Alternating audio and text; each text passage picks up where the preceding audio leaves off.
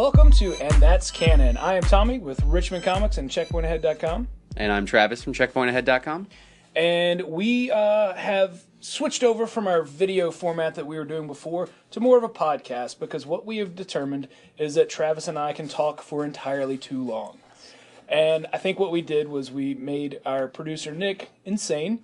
Quite. So he turned invisible for a while, and now everything is back to normal, except that you can't see us, you can only hear us, which I think only makes it better. Yeah, I mean, we're great to look at, obviously, but yeah, it dragged on, I'm sure.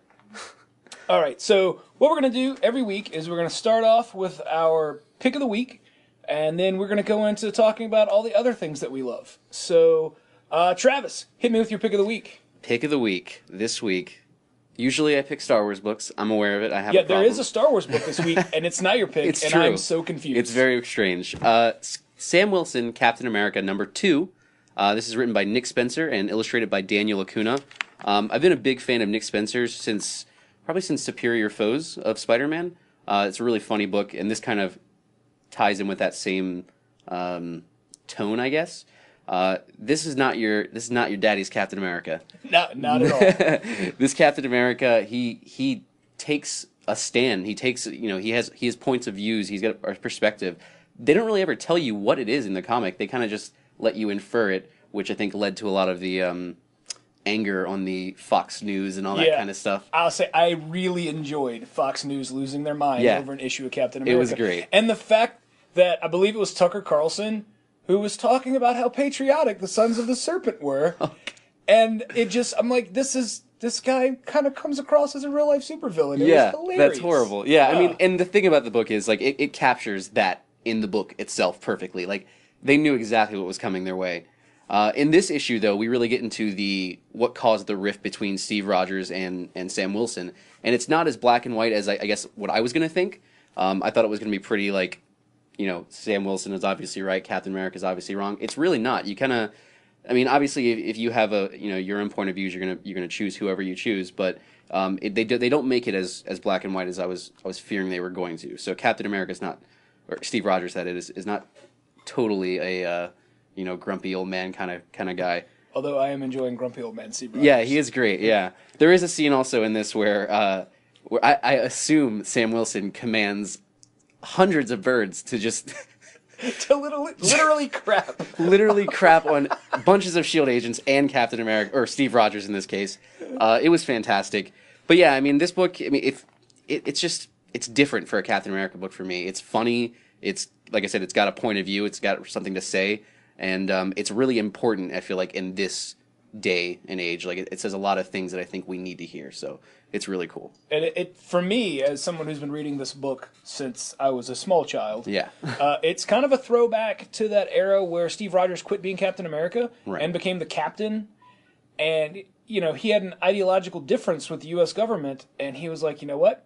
Take your shield and your symbol, and I'm going to do what I think is right, regardless of what you think. And that's kind of where Sam Wilson is. Absolutely. He's like, right or wrong, this is how I feel, and this is what I represent. And whether you agree with him or not, you at least have to admire the principled stand. Yeah, there's a great line in here too where Steve Rogers says something like, I whatever happens, I believe my country will do the right thing. And Sam Wilson mentions how he can only hope that his country will do the right thing. And I think that was a really good line, really captured what the whole book and problems nowadays in America are about. So yeah, it was very topical. Captain America seems to hit the right chord a lot of the times with whatever's going on in America. The last time it was this up front and like this is what's happening right now was the week of the housing market crash back in was it 2008, 2009? That the same week that the housing market crashed and everyone lost millions of dollars.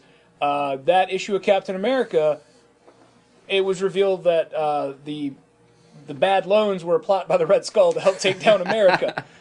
It was weird timing, but it was great stuff. Yeah. All right, so my pick of the week this week, and for anyone who knows me, they know I love Greg Rucka. Black Magic from Image Comics. Greg Rucka writing and Nicholas Scott doing the art, and man, let me tell you, it is gorgeous. It's mostly... I don't want to say black and white because it's so shaded that it almost feels like an old horror movie. There are some color in it at the very beginning, at the very end, but mostly it's a black and white with a lot of grayscale. The color's very like it just seeps through in certain parts. Really. Yeah. It's really it sets the mood quite well. Yeah, they definitely use the color brilliantly. Yeah, it's the main character is a police officer. Her name is Rowan Black. And at the beginning, she's in the middle of some sort of a ritual with her coven. We don't really know what the ritual is about, only that they are having one, and it gets interrupted by police business because she is a police officer. Nicola Scott is just killing it on not just facial expressions and character work, which she always does, but there is a beautiful motorcycle in this book. Absolutely. That looks amazing. I'm not usually one of those people that like goes on and on about art, but this is probably her best work to date. And I've been a fan of hers for a long time. If you enjoy Greg Rucka's kind of cop dramas, he's done many in the past. He and Ed Brubaker wrote Gotham Central together. One of the best cop books I've ever read, and it just sort of was about Batman, but not really. Right. Which inspired Gotham? Is that yes. correct? Yeah. Gotham Central very much inspired Gotham. A lot of the tone of that show comes out of that book. At least after the first 3 episodes, because the first 3 episodes are a little, I don't know, they're weird. But we'll talk about Gotham more later. Yeah. So anyway, Black Magic is about a cop who is also a witch and works in Portsmouth. And it is, I don't really know what to say, because the book is mostly set up. We learn that there is something happening. We don't know what yet. Only that something horrible is about to happen, and a crazy man who was taking hostages is part of it. I really can't say enough nice things about anything Rucka writes. So pick it up if you can. It's pretty darn good. Yeah, I mean, I just have it, I'm looking through it right now, and the art, again, you can't say enough about. Yeah. It's not just the drawing, it's the coloring, just the way that, when color is used in this book, it's used very deliberately. Yes. And it comes off great. It's almost reminiscent of what they were doing with Sin City. Yes, yeah. Except that it's not just one color. Yeah, it's used. It's pretty,er I would say, too. Even more sparingly. Yeah, absolutely. It is much prettier. Yeah. Much prettier because it's. I mean, opening this book too, the first couple pages, it seems like a totally different book than it becomes. Just because, like you said, it opens with him in part of this coven, and then it's interrupted by the ring of a cell phone. So it took me off guard there, but I am full in on this series. I cannot wait to see what happens next. I will say that Black Magic, 100% mature reader. Yes. There's some language, some nudity. Yes, lots of nudity. It's a witch's coven in a circle, so there's nudity. Absolutely, there is. But yeah, it's a fantastic read. I highly recommend it. All right. And that's our picks of the week. Now, what we're going to do now is go ahead and talk about some of the other books that we were really excited about this week.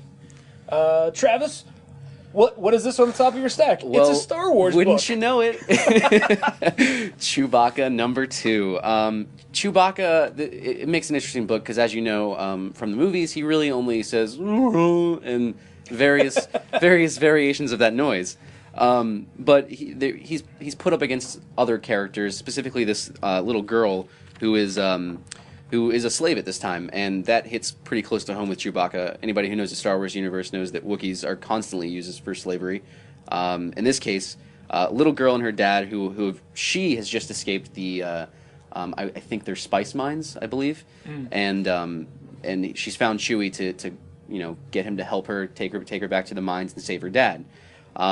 Chewbacca, there's a really cool moment in here where he's got to go down this hatch to go underneath the the mine or whatever, and Phil Noto draws this amazing series of flashbacks of Chewbacca in captivity. So he really you really realize that he's got a personal stake in this. You really get into his head, even though he's not really saying anything.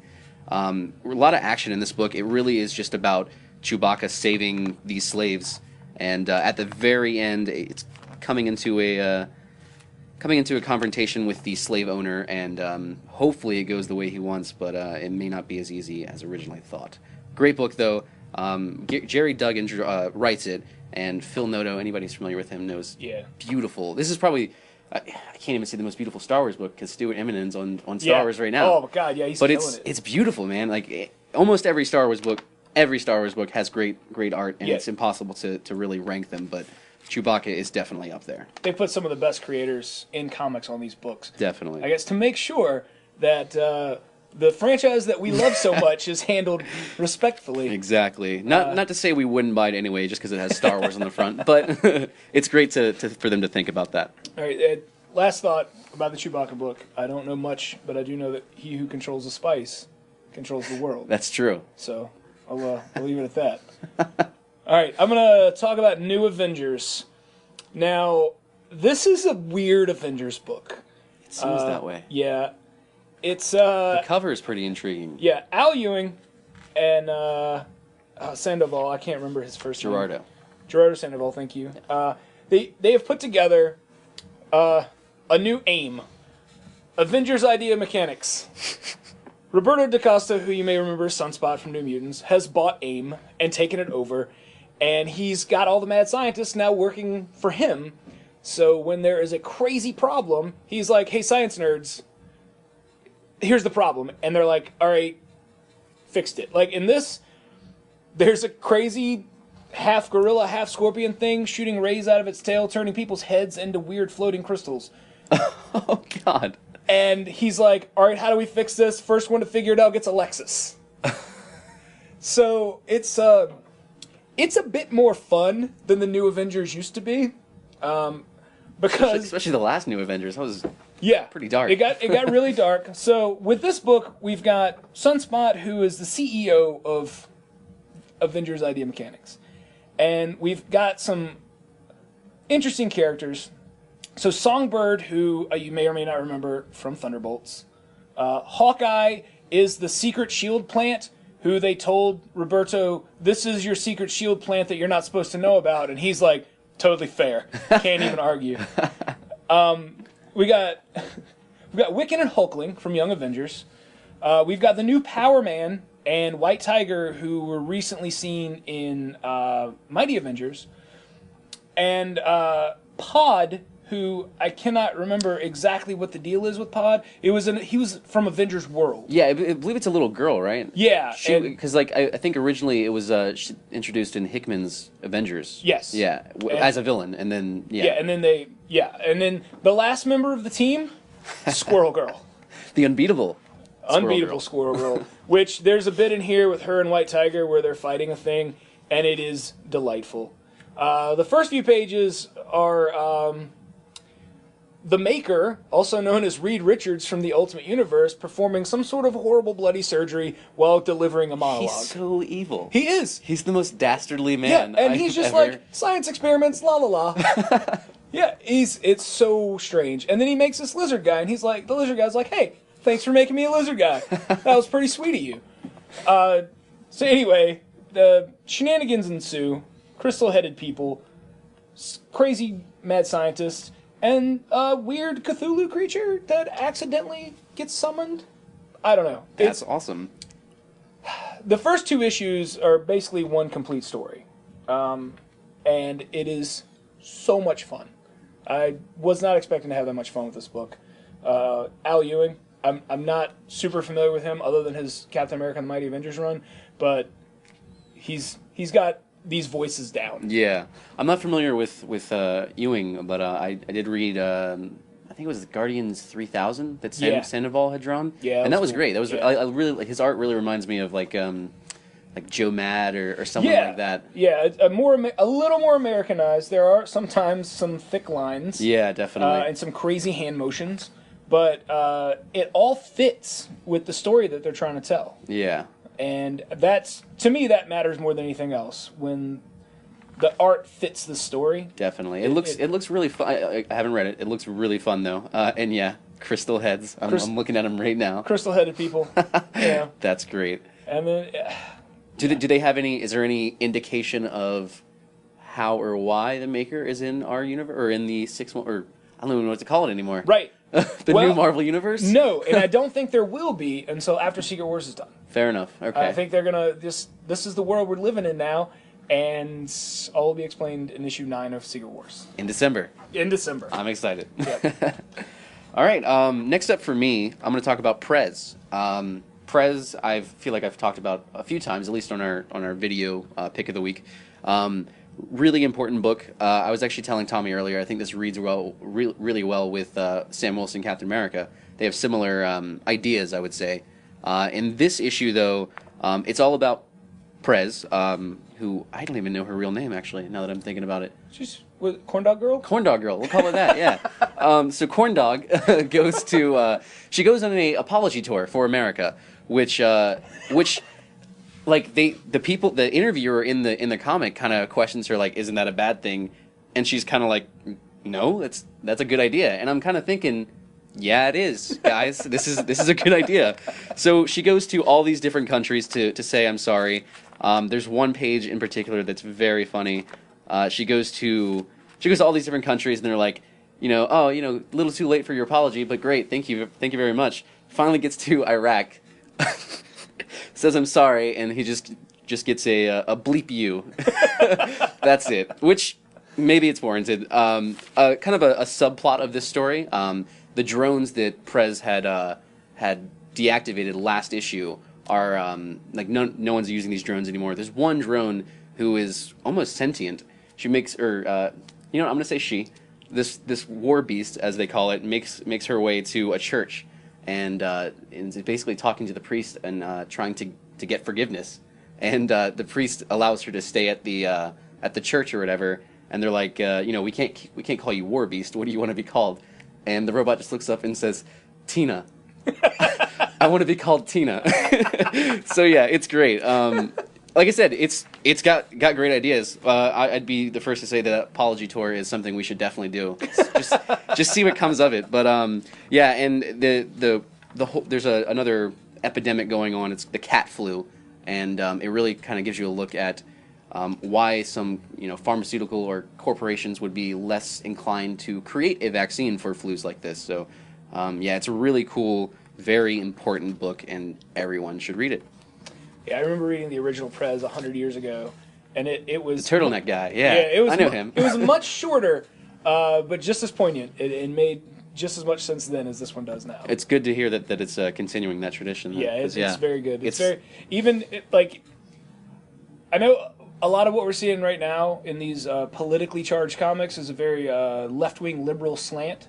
Definitely. And I can understand how that can be somewhat off-putting for some people. Right. But even if you don't agree with the message...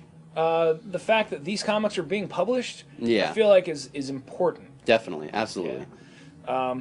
All right, so next up for me is a new Vertigo book called Art Ops, and I picked this up mainly because I am a huge fan of Mike Allred. I've been reading Madman for 20 years. God, I'm old.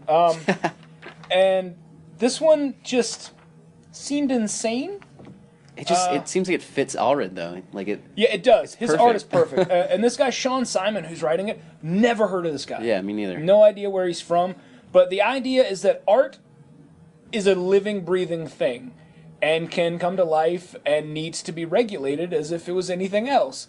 The story opens up with the Art Ops team going to the Louvre and pulling Mona Lisa out of the painting and putting an operative in there instead because there's a bunch of art thieves and they want to make sure she's kept safe. That's awesome. That is how the book opens, and it gets nuttier from there. The main character is a slacker in his mid-20s who hates his mom, and one day a piece of graffiti comes to life and rips his arm off. And he finds out that his mom is the head of the Art Ops, and she figures out a way to save him and save his arm by using some sort of weird paint, so now he's got what looks like a Jackson Pollock painting for an arm. Oh my god, guys. This, looking at it right now, if everything you know about Mike Allred, that's this book. It's fantastic. Oh my god. Yeah, it's great. Yeah, and it's one of those things where if you like things that are a little bit nutty, and a little bit out there, or if you have ever read an issue of Madman and thought, huh, that's a pretty cool book. Yeah. I highly recommend this one. It is a little nutty and a little out there, and it's I can't wait to see what happens next. I'm glad Vertigo's making a resurgence. Yeah, they definitely seem to be putting out a lot more stuff recently. Over the last few years, a lot of their really good long-running books have ended. Fables just ended earlier this year. They did iZombie too, didn't they? They did. They did iZombie. Yeah. Yep. So I'm really excited that that Vertigo's coming back. Yeah, I'm definitely gonna have to check that book out. It looks bizarre as heck, and I'm all for that. My next book is another Star Wars book. This is Star Wars Kanan, the Last Padawan. This book, it's really cool. It's basically kind of structured like around like through flashbacks, but it starts off with a present day mission with our rebels from the Star Wars Rebels cartoons. Anybody who's not seen that needs to check it out. It's a fantastic show. In this case, Kanan has just been shot. He is in one of those tubes. I'm gonna lose my Star Wars cred here, but yeah, I don't remember what they are. Health tubes. Yeah, like Luke was in one. Yeah, exactly. Episode 5. He in the little diaper. In this case, so basically, while he's in this tube, he flashes back to his early days as a Padawan, and you get to see really the origin of him and Depa Billabba's relationship, who is his master. In this case, the first encounter he has with Depa Billabba is in one of those tubes, because she has just led a battalion with some terrible losses, 90% loss of her battalion during the Clone War. And in this, it's basically, like I said, just telling you how Caleb meets her. I should mention that Kanan is called Caleb as a Padawan because he is a young man and not in hiding at this point. But yeah, so it's really cool meeting between them. It really shows you why they are perfect Master and Padawan, and why someone like Mace Windu would have been probably terrible for Caleb Doom. He's kind of a dick. Jerk. Maybe we should edit that. Who cares? Yeah, it's fine. Okay. But yeah, like I said, anybody who's not reading this definitely should check it out. Even if you don't know the character of Kanan from the show, it's just a really cool story. You get to see some of that time period in the in the midst of the Clone Wars, which we have seen a lot over the past couple of years. But you get to see it from a different point of view. It's not just Obi and Anakin and Ahsoka and all those guys. So definitely would recommend this, especially if you are watching Rebels. It gives a lot of cool backstory, and which I'm sure will inform the show coming up. All right. So, Unbeatable Squirrel Girl #1 comes out this week. It says, right on the cover, only our second #1 so far this year. This was almost my pick of the week because of how ridiculously fun it is. Squirrel Girl and her roommate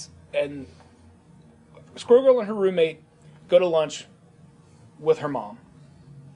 And her mom is delightful. And we learned how Doreen, that's Squirrel Girl's real name, where Doreen came from.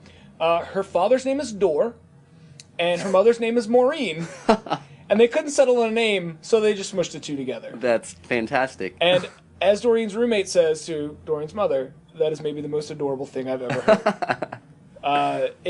This continues like the other Squirrel Girl with some tiny text at the bottom of each page that might be the best part of the book. Absolutely. It is hilarious. That's, I think, is a trademark of Ryan North, because I know he did it in his Adventure Time comic, which that was always funny as well.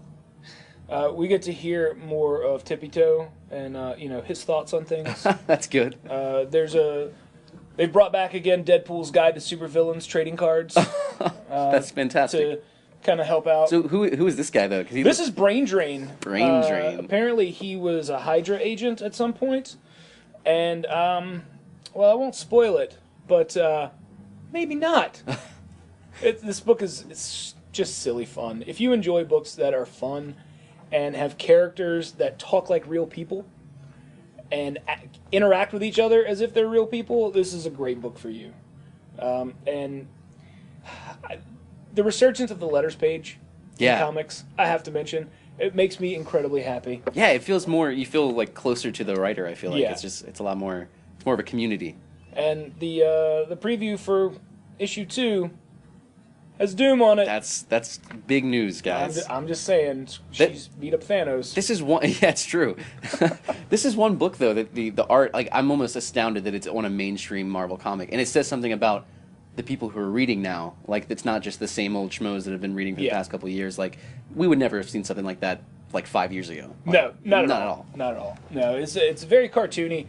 And again, like I said with New Avengers, the art absolutely fits the style. It's super adorable. Story. Like, the art is adorable. That's the perfect word for it. Yeah, it's so really cute. It's really cute. And at the beginning, Doreen is saving this family from a house fire or tenement fire or something. I don't know.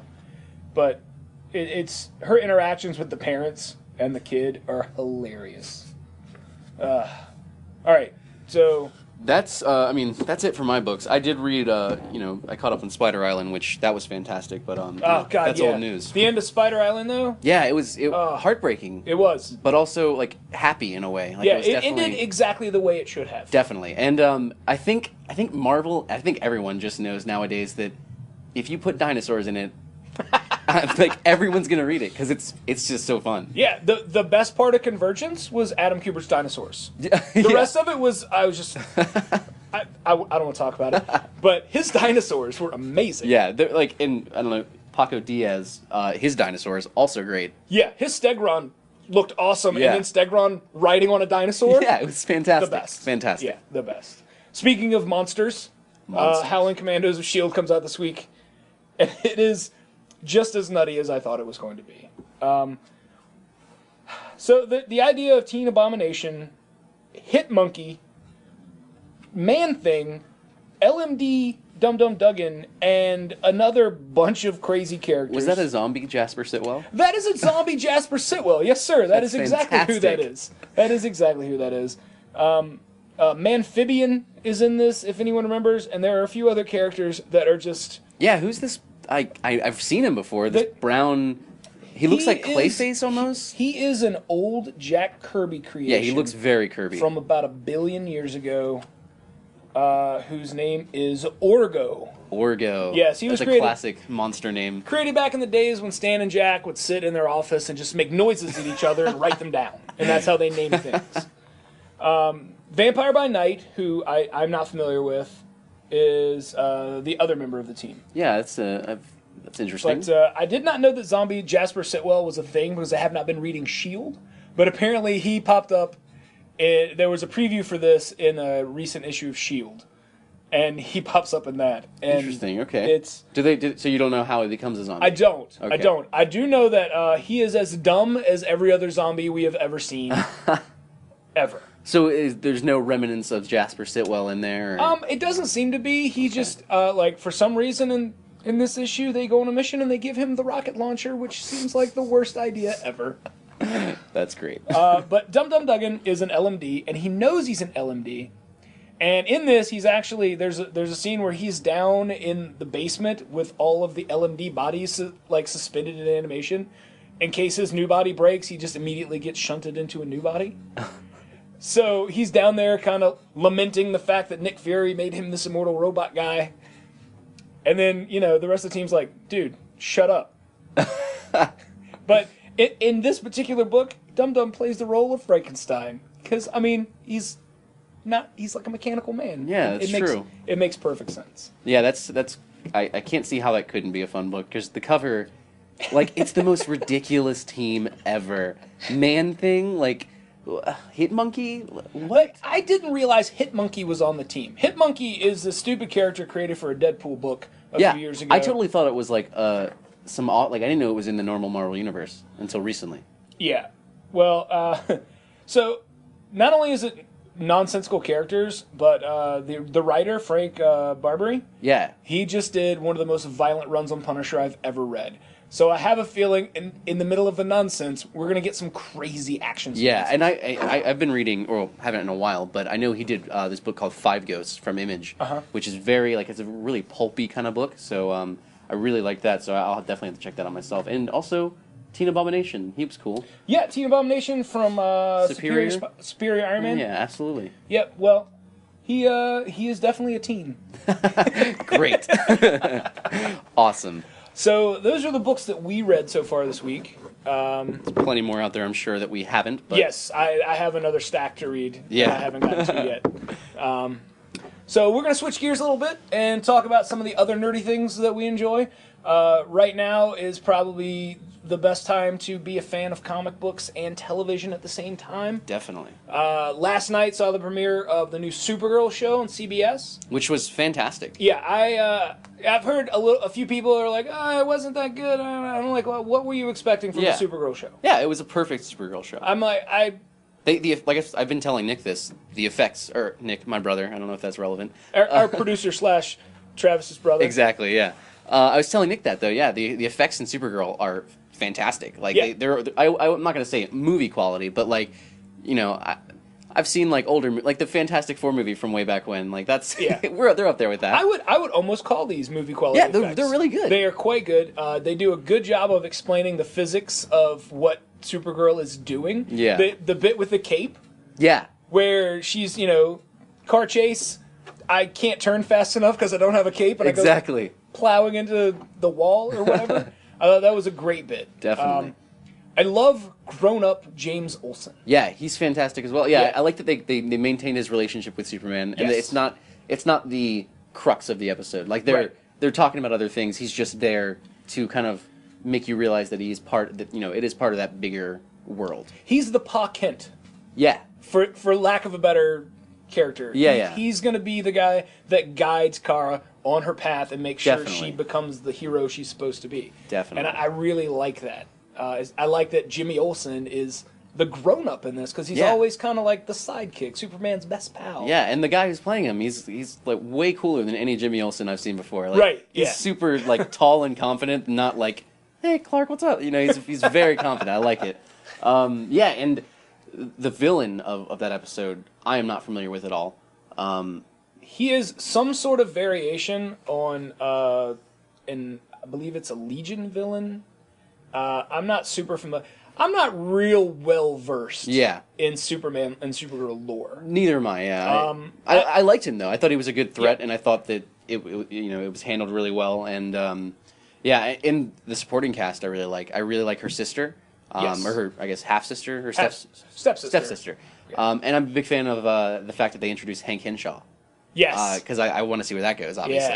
Yeah, absolutely. Yeah. Because I believe Cyborg Superman, who in the comics Hank Henshaw becomes Cyborg Superman, was a pretty big threat in a more recent Supergirl comic. So I don't know, maybe if they're pulling from that. For the show. I think they're kind of picking and choosing from Supergirl lore. One of the things I really like, and I was talking to my boss Philip about this earlier. One of the best runs of Supergirl, and this was a run that I read many years ago. Peter David did a run, and Supergirl's name in that was Linda Danvers. She had been adopted by the Danvers. Okay, and in the show, her adoptive parents are the Danvers. Yeah. And I like that they're kind of pulling from different points of Supergirl continuity. Yeah. Because she's keeping the name Kara, but Danvers, which is, for those of us who really love that run, and it might have honestly been the best run of Supergirl ever. Right. Peter David's a phenomenal writer, and Definitely. he can do amazing things with D-list characters. Yeah. So when you've got somebody as iconic as Supergirl and you get a good writer, you can do amazing things. Yeah. I love the episode, and I really look forward to seeing the next couple ones. I saw in a future episode Red Tornado's going to show up. Yes. Which I love Red Tornado. Yeah, same. He's fantastic. Yeah. I have to say, all right, Callista Flockhart as Cat Grant. Yeah. Blew me away. I'm not usually. I can only see Ally McBeal. That's all I see. See, I watched some Ally McBeal, but I've never been a huge Callista Flockhart fan. Yeah. But she came in and she gave Cat Grant this, I don't know, it was like the big media mogul plus a lot of others. She had a lot going on. Like, it's almost there. her Perry White, but there's like, it's not just a female version of Perry White. Like, it's a totally different character, but like just as strong, and I guess like and this serves the same kind of purpose. Being a woman in that role, you have to fight harder, right? And you have to work harder. And she's like, I did the work, and I got here, and now my word is law. Yeah, and I enjoy that, and I feel like maybe Callista Flockhart's husband had a little something to do with her transformation as an actress.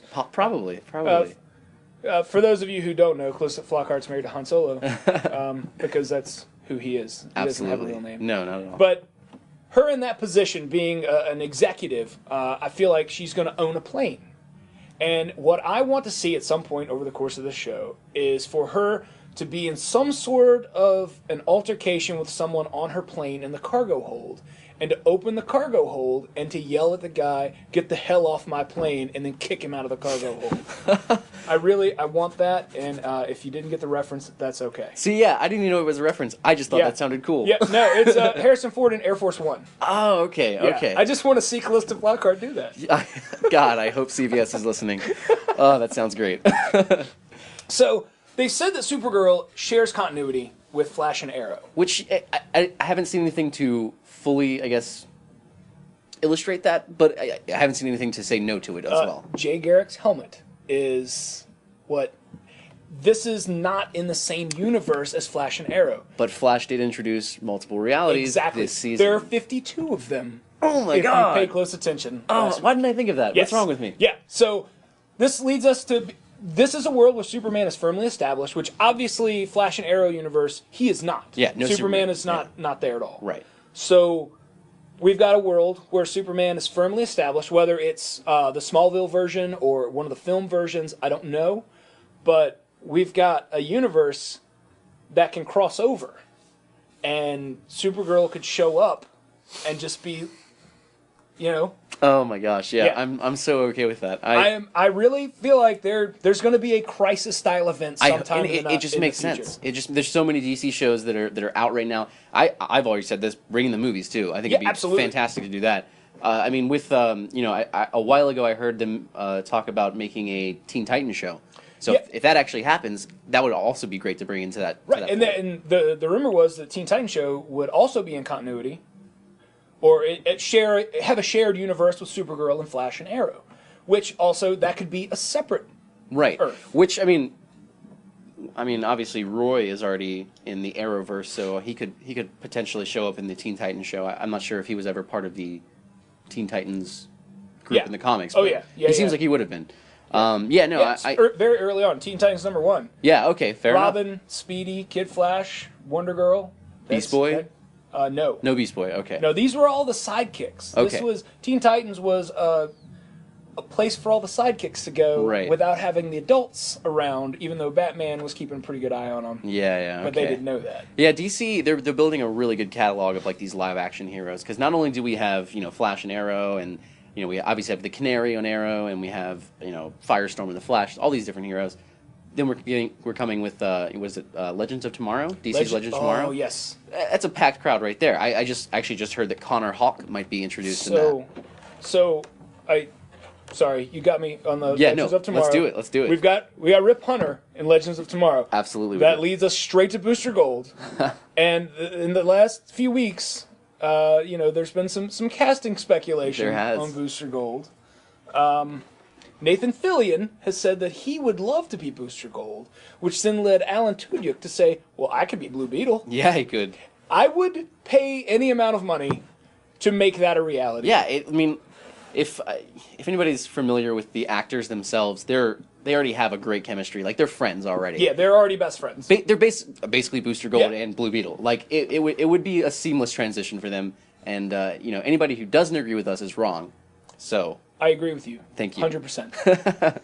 Yeah. But for those of you who aren't familiar with Booster Gold, you should get familiar. He's awesome. But definitely. He comes from the future. He was kind of a loser. He steals some tech, goes back in time, and basically brings a little robot named Skeets, who's an encyclopedia, with him so that he could stop crimes. Yeah. Before the other heroes got there to stop them, so that he could then sell corporate sponsorship on his costume to get rich. And if you're, if you're doubting that Nathan Fillion has the chops for this, I've got 2 words: Captain Hammer. It's basically that character. Like, he's gonna have the ego. It's gonna be fantastic. I am fully on board with that casting decision. And we do know that Blue Beetle and Booster Gold are getting a movie. Am I wrong about that? That is a confirmed thing? I don't know if it's confirmed. I keep hearing it. Okay, but I've definitely heard it. I mean, it seems. For our intents and purposes, it's confirmed.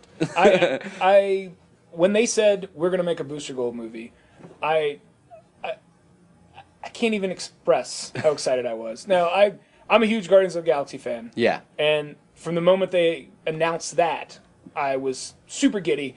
And luckily, right after it came out, I got to go around my entire town and telling everyone, I told you so, I told you so. Me too, man. Yeah, that particular movie, you know, I felt like I had a strong attachment to it because that was really the first comic series that I kind of broke away from, you know, my dad who kind of got me into comics, started reading that, and I was like, this movie is going to be fantastic. Everybody else is like, you know, I don't know, it's got a raccoon in it. It comes out and makes $1 billion, and I'm like, well, guys, I've been preaching this since day one. It's fantastic. And Booster Gold and, you know, and Blue Beetle, they seem like they're, you know, in that same kind of vein, like they're not Superman, they're not Batman or whatever. They're kind of weird, but that's clearly what people want nowadays. They want different things, which that's why Guardians did so well. That's why Ant-Man did so well. Obviously, that's pretty different from most, you know, superhero films. And really, you know, Booster Gold's motivations are kind of greedy. Yeah. He, you know, at the beginning, he evolves as a character. Yeah, and I mean, as humans, you're gonna relate to that because, hey, you know, like it or not, we're all greedy. Like we all want things, so it's hard not to identify with that. And then, on the flip side, Blue Beetle, Ted Kord is a character who is already rich. He doesn't have like a crazy dark backstory where his parents were murdered in an alley. Yeah, he's just a rich dude that likes to invent stuff, and he's like, you know what would be fun? Jumping off rooftops and punching people. Definitely, yeah. He's he's very lovable too. It's just like I just like the guy. And if they, I realize that there is another Blue Beetle out there, the newer one. Jaime Reyes. But it's a must that you have to have this Blue Beetle with Booster Gold. Yes. It doesn't preclude that one from showing up at some time. I would love to see him because I think he's got a sweet armor and I think his whole shtick is awesome. But yeah, no, yeah, we need Ted Kord. Absolutely. But yeah, I guess so. Most recent episode of Flash. I guess we should touch on that, which was. Well, the big reveal at the end of that is that Firestorm is not gone. Right. Just because Ronnie was obliterated or disappeared or in another world, maybe whatever happened to Ronnie, it looks like Professor Stein is having some aftershocks. Definitely. So the episode for this week is them trying to find someone that he can merge with. Now, obviously in the comics there is another who he can merge with. And did they not introduce him in season 1 and the very first Firestorm episode? Was that not the kid who kind of he was talking to Caitlin about really everything? It might be. It might be. I'm not 100% certain. I saw half of a teaser for this week's episode, and I was busy and didn't catch all of it. Yeah. But it looks like what they're doing is they're trying to find Professor Stein a second person to merge with because whatever is going on with his body because of Firestorm, if he doesn't merge, he's going to explode. Right. So it's kind of we got to do this. Meanwhile, we've got Earth 2 Professor Wells, who's just crossed through through the breach or whatever you want to call it. And obviously seeing that man's face after season 1 means a lot. You're just like, what? Yeah. So I'm super curious to see where that goes. I'm assuming this is Harrison Wells, not Eobard Thawne in any way. See, I don't know. Okay. I want to think that maybe, all right, Professor Wells comes back and becomes a good guy and everybody loves him again. How do they trust him? That's true. It's the Spider-Woman post-Secret Invasion. How does anyone trust this guy, even if it is actually Harrison Wells? Definitely. And there is something that I just recently watched, the last episode of season 1 recently, and the scene where Eddie Thawne shoots himself, Eobard Thawne fades out of his existence or whatever. Eddie's body does go through the wormhole.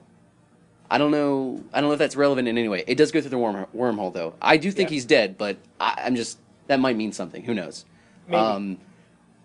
Zoom, though. Let's talk about Zoom, I guess, because I don't know a lot about Zoom at all. I don't really know a lot about Zoom either. Okay. I'm not really a from the Zoom that I had seen in the comics, he looks like the Reverse Flash. Right. From what I've seen. They look very similar. So it seems like they're kind of taking a step away from that and maybe changing what his origin is. Well, one of the things about Zoom is that, like, you know, the thing that Flash and Reverse Flash did where they would vibrate so nobody could see them? Right. Zoom is always moving that fast. Yeah. Always. Yeah. And he doesn't really seem to have, like, a face. I mean, granted, it is blurred up or whatever, but, like, yeah, he doesn't seem human. He seems more... He's the Candyman. Yeah. Well, Tony Todd? Well, yes, that's true. So good. Yeah, and that's good. fantastic. Like, the only thing I want you to do, or whatever he said. Yeah. Just like, oh, God, it's horrifying. Yeah. When they said Tony Todd was going to be Zoom, I'm like, I don't see him as... And they were like, oh, we're just using his voice. I'm like, perfect. Exactly. Yeah. Brilliant. It's done. Yeah, so, yeah, I'm really excited for Zoom. I think he's got a really cool look visually. Yeah. So, hopefully that turns out well. And Earth 2 Flash, Jay Garrick, still does not have his powers. So I hope that gets resolved soon. And it seems like him and Caitlin might be developing a bit of a romance between them. I saw a picture of Caitlin as Killer Frost. I did too, and I was thinking, in my head this whole time, I'm thinking, oh, Caitlin is going to become Killer Frost. That's what's going to happen. My little brother actually mentioned there is another Earth. Maybe that Earth becomes Killer Frost. Right. So this Caitlin may not even go bad at all. I just, in my head, as soon as they cast that woman as Caitlin, or as Caitlin Snow, right, I assumed that she was going to be Killer Frost. Yeah. I just made that assumption, but exactly. She would have to go on a heck of a journey. Yeah, and it would kill me because she is so nice and sweet, and just don't. Yeah, guys. it's like, all these horrible things have happened around me. I still maintain my awesomeness. Right? She lost her fiance like 4 times or something. Like, God, fantastic. I guess moving on to Arrow then. All right, yeah, Arrow. We've got the return of the original Canary, but she's completely insane and maybe should be shot. I don't know. Yeah, and I thought it was a pretty interesting turn of events that the new Ra's-al-Ghul decided to go ahead and let her go through the Lazarus Pit, who obviously is Malcolm Merlyn, Thea's dad, Dark Archer, whatever you want to call him. But I was surprised that he ended up going through with that and letting her do it. Nyssa, I feel so bad for her. Yeah. She's the only one who I think is thinking completely clearly and who really, truly loved Sarah. Like, I mean, obviously Laurel loved her. Right, but when you... In this particular instance, when you love your sister so much that you want to bring them back from the dead and potentially make them a crazy zombie, right? That's selfish. That's Definitely. not about your sister. Absolutely. That's about you. Absolutely, it is. And I think it's still selfish. I think in her head she's probably doing it to maybe make amends with her dad. And I get that. But that's still selfish. It is. Yeah. Absolutely, it is. And I don't think, knowing Detective Lance, I don't think he'd be down for it. No, not at all. Yeah, I mean, I don't think granted, his judgment is a little in question recently. Yeah, like I want to see how he went from being the straight-laced cop. Yeah, he's to with Damien Dark. Working with Damien Dark. Yeah. I'm really looking forward to that story whenever they decide to tell it. Definitely, and Damien Dark as a villain is already really interesting to me. Yeah. No idea who he is from the comics. From what I've heard, he's totally different in the comics. He's not really the same character. But in this though, like the actor, I know his Dum name. Dum Duggan. Yeah, Dum Dum Duggan. He's fantastic though. He really like chews up every scene he's in, and that mystical nature that they've introduced into Arrow. I'm really excited to see where that goes. He basically played the same guy in Walking Tall with The Rock. He just owned a casino and was kind of a jerk. Yeah. Except now he's got mystical powers. Yeah. Okay, that's cool. Hopefully, The Rock shows up too. Yeah. Well, it's Black Adam. Black Adam, exactly. Yeah. So with Flash, at some point the Atom has to come back. Yeah. Sometime between now and Legends of Tomorrow. Which, in the most recent episode of Arrow, Felicity's been getting some weird things going on with her phone. My hunch is that's Ray. That's Ray. In the microverse, whatever you want to call it, because trying to go reach out. In the out. comics, the Atom could get so small that he would move on the electrical impulses between phone lines, and that's how he would travel from place to place. That's awesome. Yeah. That's awesome. So like he would pick up the phone and like call Batman, and then when Batman picked up, he would ride the waves to the Batcave. All right, Ant-Man, let's see you do that. Yeah. So that was one of the things the Atom used to do all the time. So this seems to me like this is Ray Palmer trying to figure out how to get back. Yeah. So that's exciting. Also, Mr. Terrific is working for Felicity. Yeah. We got our first look at the T-spheres. Yeah, when I saw those, I was like, oh yeah, I know that. I'm just waiting for that T tattoo or whatever he's got going on in his face. I don't know if it's face paint or what. But... I think it's paint. Okay, either way, it's good stuff. And I think the actor who plays Mr. Terrific, he's almost like a male Felicity in a way. Like he's very cool, very funny, and I like seeing a new face in the cast of Arrow. Yeah, I like how the stories keep expanding. Yeah, and giving us more and more characters, and it's a whole world that we're getting. Like it's fantastic. In less capable hands, it can be overwhelming. Definitely.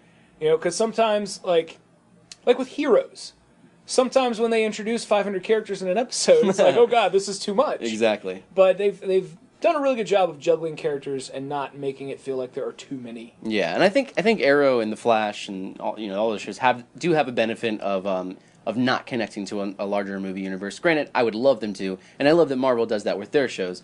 But the benefit of not doing that is that you can introduce other versions of characters who maybe are going to be on the big screen or whatever. Right.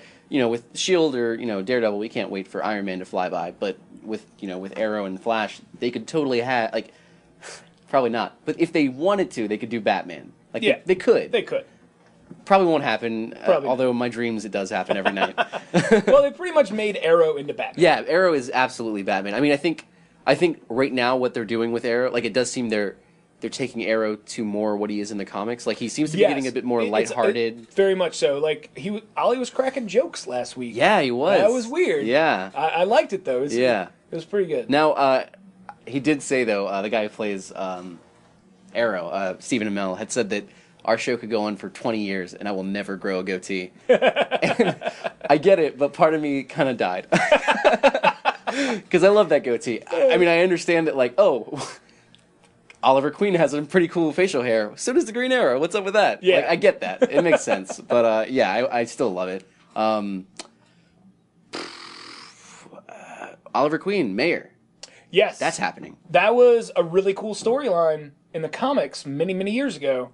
So I'm really excited. See, I didn't know it was a storyline in the comics. Yeah. And when I saw it, I was just like, that's so smart. That's a good idea for you. Well, in the comic, his city had kind of been ravaged and been destroyed, and a lot of bad stuff had happened. So, and he was like, I'm going to step up and I'm going to take care of business. And that's what's going on here, which I really like.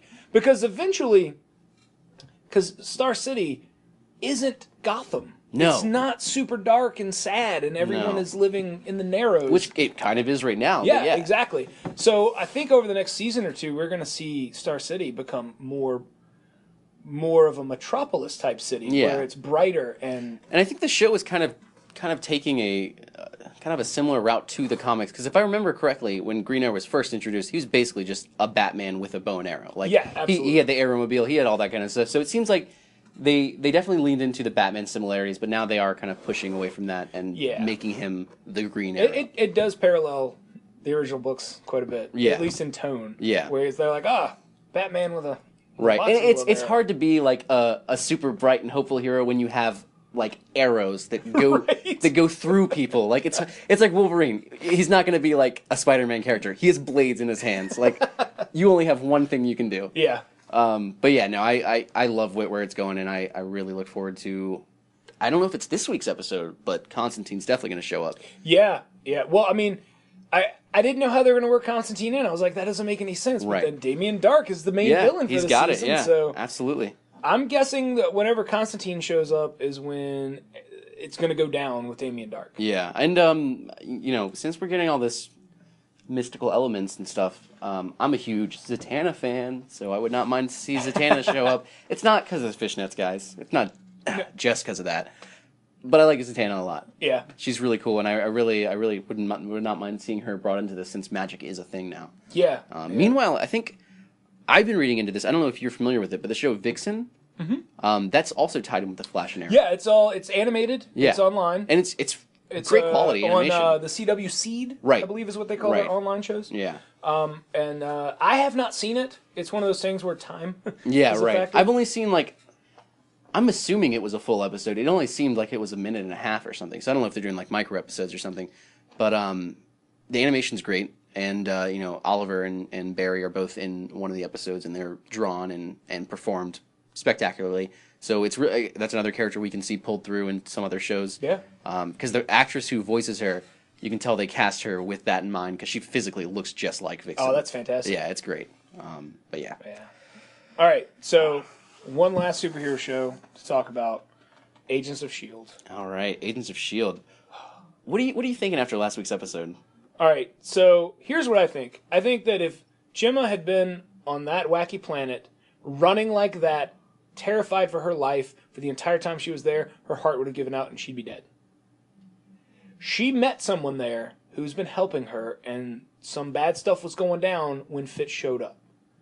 And I think that we are either going to meet Novar or Marvel one or the other. Oh my god, I got chills. Because I honestly think that she was, if not Hala, then one of the other Kree worlds, and maybe a moon of Hala overlooking Hala. Yeah, I was thinking maybe just on a moon of Hala, because Yeah. like obviously if she's on Hala, it's hard not to run into various civilizations Right. and whatnot. But yeah, I would totally buy a moon of Hala, absolutely. And I think it makes most sense for Novar to be, the Captain Marvel. Right, and I think I would assume that they would introduce Marvel, but I would save that for Captain Marvel. Exactly. Yeah, like I would definitely have her that be a supporting character for her. Like, I would love to, for this week's episode, for them to go back and meet Novar, and he mentioned, their great hero Marvel. Yeah, that would be amazing. Yeah, that's, and I think that might be where we're going. Now, I will tell you this, just about every other prediction I've ever had for Agents of S.H.I.E.L.D. has been completely wrong. So, they never go the direction I think That's they're true. going. They do a really good job of taking what you think is going to happen and completely twisting it. Now, I will say I did call the Daisy and Cal thing. I did call that she was going to end up being Daisy Johnson. But in the first episode, I'm like, oh, hot dude, hot girl, they're going to get together. That is not what happened. Not at all. Well, I mean, before the show even started, I saw the trailer and I saw J. August Richards jump out of a window carrying someone. I'm like, he's Luke Cage. Yeah, no, that's exactly what I thought too. I was like, J. August Richards, Luke Cage. I'm so excited. Absolutely. And then after Luke Cage was like out of my mind, I was like, oh, well, he's Patriot from Young Avengers. Duh, duh. Like literally every superhero went through my head. Yeah, no. And I guess on another side of the Agents of S.H.I.E.L.D. coin, the Ward, Hunter, and May story that's going on right now. Okay, it was left ambiguous. In my head, I like to think it was ambiguous. Andrew, the last scene. All right, it was ambiguous. Okay. Because they make you think that he's dead. I hope he's not so But much. you saw Baby Strucker run away as if he were terrified. Yeah, and there was no henchman with him. Because when your wife is Agent May, you learn how to beat people up. I guarantee it. I guarantee they went to this thinking that this psychiatrist, this professor, was going to be an easy dude to take down, and he just beat the crap out of those henchmen. Yeah. And Baby Strucker took off. Now, when I saw that, I swear to God, I was screaming at the TV, "Please no kung fu! Please no kung fu!" So I hope you're right. I hope he does know kung fu. I can't believe you'd be married to Agent May for that long and not pick up a few tricks. That's true. Yeah, that's a good point. And I mean, obviously they do show a body there, but they never show who it is. Right. So yeah, and I just really hope he's not dead because I love that character, and I thought, giving May something to not just frown at, she's not a happy person. So it's so funny if you ever see any interviews with Ming-Na Wen. Yeah. She is the happiest. She's the most bubbly. Yeah. Yes, bubbly. That's the word Absolutely. I was going for. Yeah. She all the other cast members are talking and stuff. She's always the loudest. She's always the laughs the hardest. I'm like, who is this woman? It's weird. Then again, she is Mulan too. So. I was gonna say. Yeah. She's a girl worth fighting for. Yeah. No. I really am. I cannot wait to see what happens with Agents of S.H.I.E.L.D. And another theory of mine, Lash, the villain. We saw him shrink down to a normal human-sized dude. Yes. I'm thinking he may be the right-hand guy from the ATCU, the scary dude, the mug that looks like he. Oh, you think? Because as soon as they got into the car, it seemed like he left, and then it's just a random theory. Obviously, I'm only basing it off of the silhouette of the guy shrinking down. Right. But I mean, the brief encounters I've had with Lash in the comics, he does not change. He's always like that. Right. So I guess it could be really anybody. Yeah, and that's a solid theory. I honestly have not given it a lot of thought. Yeah. I'm just along for the ride. In my head, they're keeping I feel like they're keeping it a secret because it is someone. Yeah. I mean, I could be wrong, but I mean, yeah, it just seems like it's gonna be someone important or someone we know, something like that. Coulson's severed hand. There you go. Oh God. Oh God. The perfect villain. All right, so that's everything that's I think on TV this week. Well, we did miss this guy. Speaking of ambiguous deaths, I was trying to get away from the sadness. I was Fair really enough. having so much fun. I didn't want to talk about Walking Dead. Fair enough. I was just, We can briefly hit on it. We'll briefly. All right, so I know we've done a lot of this without saying spoiler alert. Yeah. Because we assume if you're listening to us, then you are well versed in all this. But we're going to be talking about some major spoilers from this week's Walking Dead. And I know that Walking Dead fans are a lot angrier than average TV fans when they get their show spoiled. Definitely. So if you have not seen this week's Walking Dead, turn it off now. All right. All right. So if you're still with us, It's your fault. it is all your fault. So the only thing that well, you know what? We'll get to that in a minute. Ninja Carol. Holy crap. Yeah. She is amazing. She was fantastic. She needs to wear that hood thing all the time. Oh my god. Yeah. Of all the characters on the show that we have watched grow, her from her abused wife, really meek and mousy, to being really what might be the biggest badass on the show. Definitely. Partly because everyone looks at her and they're like, oh, what a nice old lady. And then she shoots them in the face. Exactly. Ugh. And it seems like she is maybe going further with her character development, because it seems like she's kind of thinking, like when her and Morgan were talking, it seems like she was actually hearing what he said and was like listening and kind of like maybe this isn't the right thing I'm doing. Obviously, I think Carol is like I think they need her. Absolutely. She does a lot of things that I feel like other people can't do, and I think the fact that she came from an abusive relationship made her much stronger. Obviously, because she the way she sees it, at least in my mind, she's had this shitty life her whole life. It just got a little bit shittier. You know what I mean? So swearing again. Who cares? Sorry, guys. So yeah, I think she's a fantastic character, and I really Ninja Carol. She was great. I mean, that the whole time I was kind of thinking, like, I really hope somebody doesn't try to shoot her thinking that she's a wolf or whatever. Right. But she took care of everyone. That's because she's a ninja. It's no true. one can see her. It's true. Michonne should just hand over the sword. And be like, you're the master now. All right, so we have to touch on the death. Guys, Nicholas died. I know you were all hating it. Nicholas died. Sorry. No one else. So, whiny boy Mick sucks at his job, who Glenn has been trying to turn into a real boy for many episodes now. And the dude has just been, like, taking it. Like, he's just been... So, and what you've got to know is that all these characters are suffering from PTSD at some level. Right. And in the last few episodes, we've seen it more and more from him. And in this week's episode especially, where zombies are coming at him, and he's just kind of standing there staring at them like, I don't know what to do. Yeah. And Glenn's kind of like grabbing him, come on, man, we got to run. So he and Glenn end up cornered in an alley, surrounded by zombies, standing on top of a dumpster. And he decides that this is the time to shoot yourself in the head. You know? Which wouldn't have been terrible. Right. I would have been like, well, you know, it sucks that this character, we were finally getting some development. And yeah, I mean, dead. he did what he had to do. That sucks. I understand. He's I'm going to get eaten by zombies. I'd rather just be dead. Right. I completely understand that. Yeah. But when you don't aim your body right and you fall on your friend and knock them off the dumpster into the pile of zombies, I kind of want to bring you back to life so I can shoot you again. Exactly. Or throw him to the zombies. So, either way. One of the two. Either way. Yeah, in this case, obviously Glenn goes down with Nicholas, and I think there's a bit of a debate about what happened. We watched the episode, and you're like, oh god, Glenn's getting eaten by zombies. Right. They're ripping out his innards. Right. And he's screaming in pain. The way they shoot it, you don't necessarily see the zombies dig into Glenn. You do see guts. Right. But like I think the people are thinking maybe it's Nicholas on top of him, which could be true, but it's so hard for me to imagine that even if that was Nick on top of him. So if you go back and you look at the film, they're wearing basically the same outfit. They coordinated that morning, and they checked their closets, and they were wearing basically the same jacket and the same shirt. Right. And what we see is Glenn's head and what looks like a tiny bit of like his chest area. Yeah. But I went back and rewatched that scene a couple times, and it really does look like, when you pay attention, they're digging into a spot much higher than where Glenn's chest should be. Right.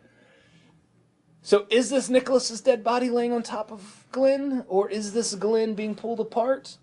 Now, you know, assuming it is Nick's dead body laying on top of him, I still can't think of how he gets out of that. Of how Glenn can get out of that. Now, obviously, he's going to be covered with, you know, Nick's blood and whatnot, but I don't think that, you know, I think it has to be the Walker blood. Right. It's too fresh. It's going to make them even, like, more shark-like. Right. Now, I mean, there was a dumpster. I guess he could have crawled under that.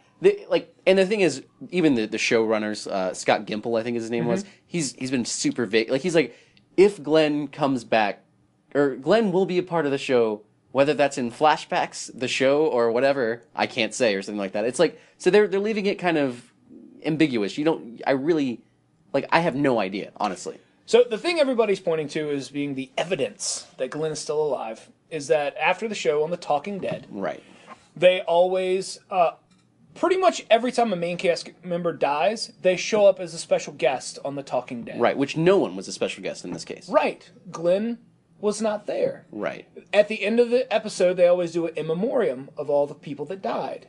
Glenn was not a part of that. Right. And I feel like even if it's supposed to be kind of a, maybe, find out next week if he did die, I feel like you wouldn't leave the in memoriam thing for like a future episode of The Talking Dead. Right. Like it just seems like if he was gonna be dead, they would have. I don't know.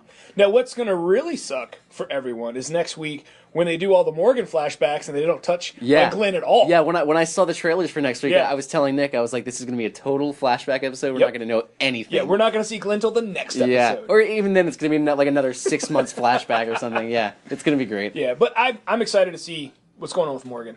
Yeah, no, I think Morgan is one of the better characters in in the show, and I think it's great that more black characters are in the show, because I think The Walking Dead's always had a trouble with that. It seems like they're in Georgia. Right.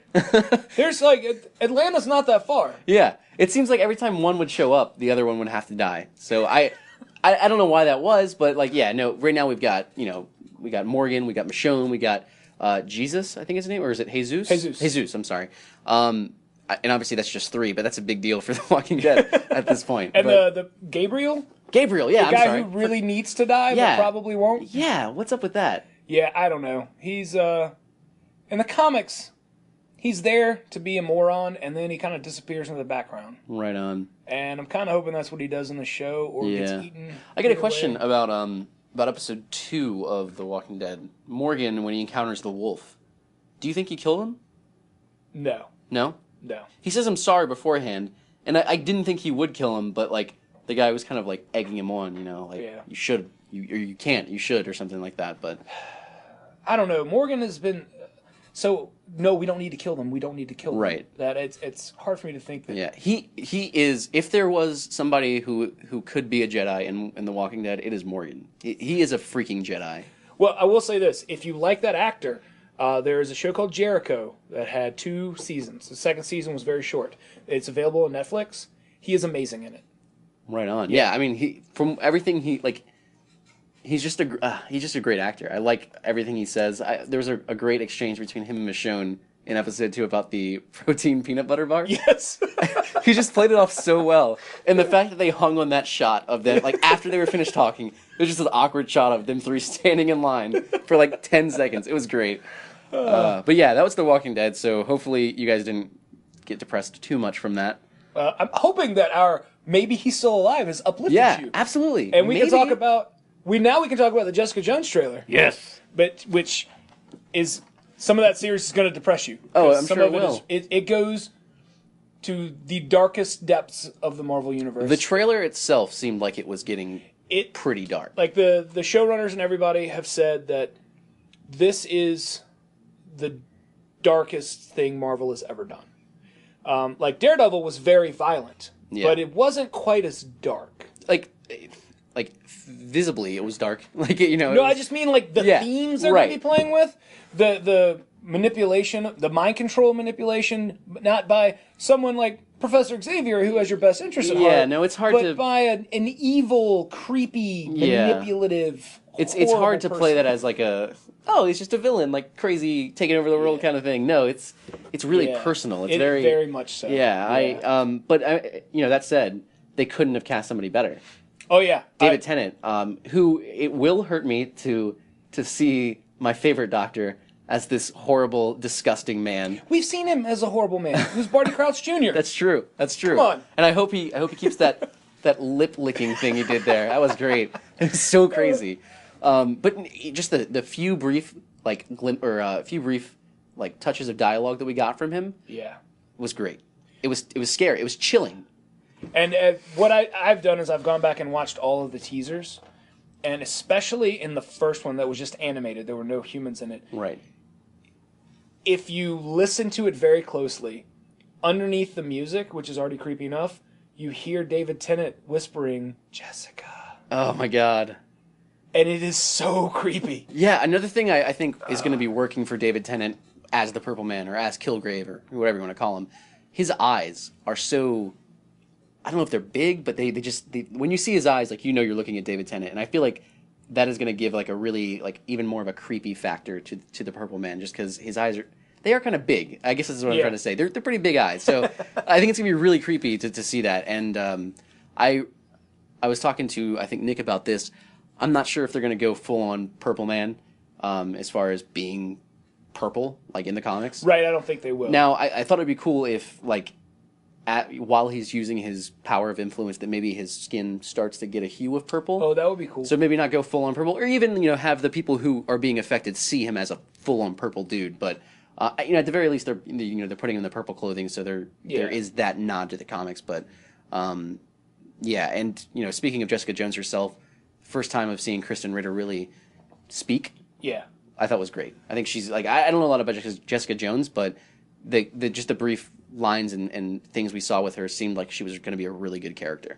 Well, the bit at the beginning of the trailer where she throws a dude through the door is straight out of the first issue. Yeah, and I think it wasn't also in the very opening, or the very first trailer, or the animated one? Like, it showed the guy getting thrown out of the thing and then turn into, like, a shot glass or whatever.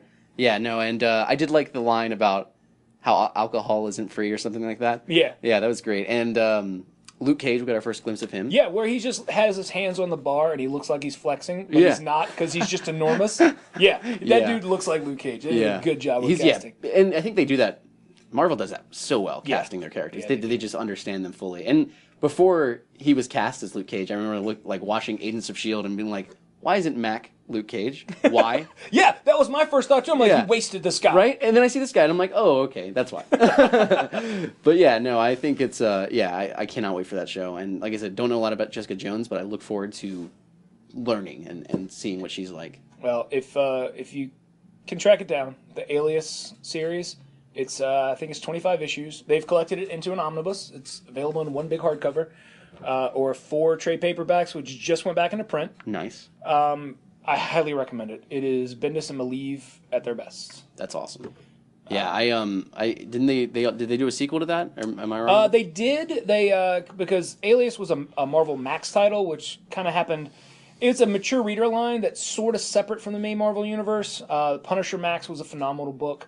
They've done a few other things, but the Alias was the one that kicked it off. Right. And what they did at the end of that story, it was one of those things where Bendis was writing the story and he's like, oh, I finished it. It's over now. Yeah. Like in the middle of writing it, he's like, oh, that's it. That's this whole story. And so what they did was, because Luke Cage was such a big part of it, they basically gave Jessica Jones and Luke Cage a book called The Pulse. Okay. Where she gets a job at the Daily Bugle as a correspondent, which brings her into the Marvel Universe proper. Now that, of course, loses all of the adult themes and the bad language. Right. But it keeps the core of the characters. And then, when Luke Cage becomes the leader of the New Avengers, they get married in, I believe it was New Avengers Annual 1 or 2, and they live together in Avengers Mansion. Right. But did you get a chance to check out the Jessica Jones comic that they released? I haven't seen the prequel for the show yet. Right. No. Yeah. So yeah, they released the prequel for the show, and in short, it just kind of follows Jessica Jones investigating Turk Barrett from the Daredevil show. Okay. So yeah, it ties in with that, and Daredevil is in the comic very briefly, but cool. Yeah, it puts it connects obviously Daredevil and Jessica Jones, so you do realize that they're in the same universe. I don't fully expect Jessica Jones to be, every couple seconds going, hey, Daredevil's down the street. Like, it would be weird. But yeah, it definitely connects in that way. And I think it's free on the Marvel app, and I'm not sure if they're going to put it in print, but... Yeah, I don't know either. I know you can get it free through Comixology. Yeah. So, check that out, obviously. But yeah, Jessica Jones, it's one of my most anticipated shows. I was more excited for Guardians of the Galaxy than any other movie in the history of movies. Yeah, I think And I am almost at that level of excitement for Jessica Jones. That's amazing. Alias is my favorite Bendis book, and I am a huge Bendis fanboy. Yeah. So this is the second weird niche property that I love that Marvel is putting on screen. Yeah. And I'm so excited. Okay, Marvel, if you make an Agents of Atlas movie... Oh my god! If you make an Agents of Atlas movie... Please let me have Gorilla Man on screen. Please! Yeah, I know, yeah, absolutely. I think Marvel's hitting out of the park with what they're choosing to adapt. Yeah. And, the Luke Cage show I'm really excited for. Iron Fist, I'm sure, is still happening. We haven't really heard too much about it. But it is. They haven't... I don't think they've cast Andy Rand yet. But Yeah. So, Marvel, they're knocking it out with their shows. And I think it's great that we have this variety of... So, similar, you go to a comic store, we're in a comic store right now.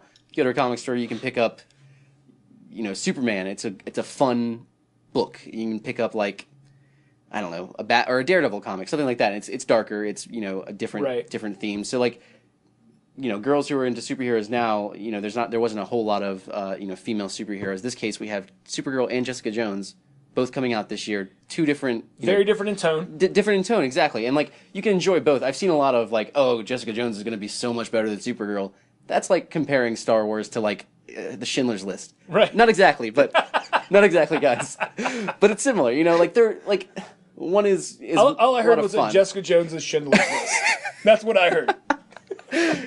Basically. But yeah, no, like I don't think one being good precludes the other from being good. No, I think they're both going to be excellent in their own way. Exactly. Yeah. So and I think it's just great that we like this variety that we have nowadays. Like I can watch The Flash, I can go watch freaking Arrow or Daredevil. Like, it's great. All right, one last thing before we wrap up.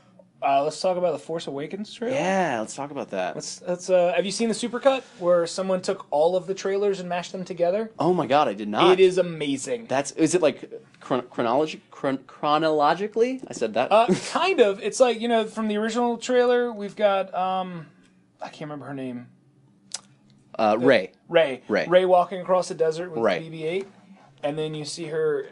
What we assume is her wrapped up with the little flashlights on the side. Yeah. Like in the Star Destroyer. Yeah. Like crawling around in there, salvaging stuff. Yeah, so it seems like she's definitely gonna be like a scavenger of some sort. And that obviously we know that planet is not Tatooine, it's Jakku. Right. But yeah, that trailer I thought was fantastic in the sense that it told us almost nothing.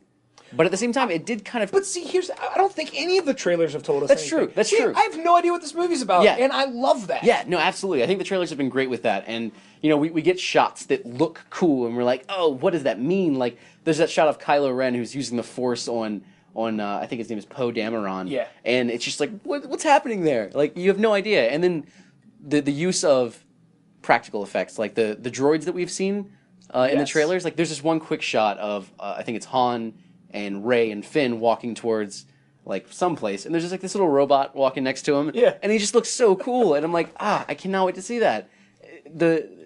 First of all, every time Han Solo was on the screen, it gave me like just this burst of giddiness because it's like that's Star Wars that we know, and hearing him say it's true, all of it, like. Except for that time where Leia kissed her brother. That's not true. That never didn't happen. I swear. Yeah, no, it's I couldn't, obviously, I'm a huge Star Wars fan. I couldn't be more excited for this movie, and this trailer just helped that, so. Yeah, I'm so excited. I love the new designs on the X-Wings and the TIE Fighters. Definitely. It's like, they're not like over-designed, they're just little tweaks here and there. It's simpler, sleeker a bit. Like it's like 30 years have passed, and obviously the technology's gotten a little better. Exactly. Yeah. And obviously there's one omission from that trailer, because we saw Leia, we saw Han. We didn't see, we see Luke's hand, kind of. Right. Now, other people are telling me that's not Luke. I feel like that's a pretty safe bet to assume that's Luke. I'm pretty sure. Like, R2-D2's hanging out. I'm pretty sure Luke's there. Yeah, him and Luke are chilling, obviously. And we saw the metal hand. I mean, granted, that could... In Star Wars, I bet there's a lot of dudes with no hands in that world. Sure. But, I feel like it's a safe bet to assume that's Luke. Now, we haven't gotten a good look at him, which I'm sure means something. I think it's misdirection. Yeah? Because so many people are saying the villain of the movie is Luke Skywalker. Like the dude with the crazy claymore lightsaber. That's Luke Skywalker. That's the rumor that I keep hearing over and over. I disagree with. I think Luke is going to be he's going to be a good guy. I think so too. I don't think he'll be bad. And I think one thing that people keep missing with the the fact that they're saying so they're saying the guy with the crossguard lightsaber is Luke. Is that what? Yes, am I correct? and because Luke is also not on the movie poster. Right. The official movie poster, no Luke Skywalker. Right. And that's what's leading everyone to go, well, he's the guy in the mask. He's on the poster. Which I would agree with, except for the fact that at the very end of the trailer, it shows that dude lighting up his lightsaber, going against Finn with his lightsaber. And if you look, he's not wearing his helmet. He's just got this, like, long skater cut. This long-haired, like, skater look. I think he is our old friend Red Herring. Come back for another go. That's a pup named Scooby-Doo reference for those of you keeping track at home. I knew what I read. Oh my god. Okay, I used to love that show. First of all, guys, that's a fantastic cartoon. All right, I have Red Herring. I think that is about it for us this week. Definitely. I want to remind everybody that this Saturday is Halloween Comic Fest. What that means is that if you come to Richmond Comix between noon and 6 p.m., while supplies last, you will get free comics, free candy. We're going to have a costume contest. We'll have stormtroopers here hanging out with us all day. It's going to be a good time. But that's it for us this week. I'm Tommy at richmondcomics.com. You can follow me all over social media at TommyMadProfit. And I am Travis. I am with Checkpoint Ahead. And I am on Twitter now, Spark-Man. The hyphen is spelled out. So Spark, S-P-A-R-K, hyphen spelled out, man. And I'm also on Tumblr, that'srad.tumblr.com with 2 Ds. And until, I guess, next week. We will see you next Wednesday.